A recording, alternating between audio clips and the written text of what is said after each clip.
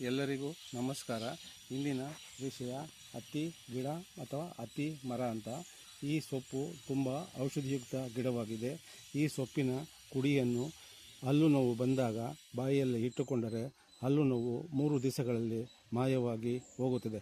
ಅಲ್ಲದೆ ಈ ಹಾಲನ್ನು ₹1 ಕಾಯಿನಗಲ ಬೋಕಿಯಲ್ಲಿ ಹಾಲನ್ನು ತೆಗೆದು ಒಕ್ಕಳಲ್ಲಿ ಅಂಟಿಸಿಕೊಂಡಾಗ ಬಟ್ಟೆಯೂ ಸಹ ವಾಸಿಯಾಗುತ್ತಿತ್ತು. ಅಲ್ಲದೆ ಇದು ದೊಡ್ಡ ಮರವಾಗಿ ಬೆಳೆಯುತ್ತದೆ. ಇದರಲ್ಲಿ ಹಣ್ಣುಗಳು ಬರುತ್ತವೆ. ಈ ಹಣ್ಣುಗಳು ತಿನ್ನಲಿಕ್ಕೆ ತುಂಬ ರುಚಿಯಾಗಿರುತ್ತವೆ. ಈ ಹಣ್ಣನ್ನು ಬಾವಲಿಗಳು ಕಿಲೋಮೀಟರ್ಗಟ್ಟಲೆ ಬಂದು ತಿಂದು ಹೋಗುತ್ತವೆ. ಈ ಹಣ್ಣಿನಲ್ಲಿ ತುಂಬ ಬೀಜಗಳಿರುತ್ತವೆ. ಅಲ್ಲದೆ ಹುಳಗಳು ಸಹ ಇರುತ್ತವೆ.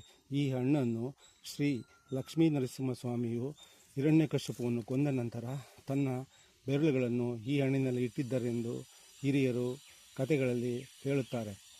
ಈ ಹಣ್ಣಿನ ಮರವು ತುಂಬ ಸುಂದರವಾಗಿ ರಸ್ತೆಗಳ ಪಕ್ಕದಲ್ಲಿ ಬೆಳೆಯುತ್ತಾರೆ.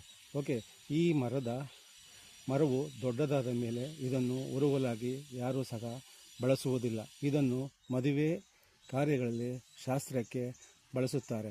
ಈ ದೊಡ್ಡ ಮರವನ್ನು ತೇರುಗಳು ಅಂದರೆ ದೇವರ ರಥಗಳನ್ನು ಮಾಡಲು ಈ ಮರದ ದಿಮ್ಮಿಯನ್ನು ಬಳಸುತ್ತಾರೆ. ಹೀಗೆ ಈ ಹತ್ತಿ ಮರವು ತುಂಬ ಉಪಯುಕ್ತವಾಗಿದೆ. ಈ ಮಾಹಿತಿ ನಿಮಗೆ ಇಷ್ಟವಾದರೆ ಒಂದು ಲೈಕ್ ಕೊಟ್ಟು ಶೇರ್ ಮಾಡಿ. ಧನ್ಯವಾದಗಳು.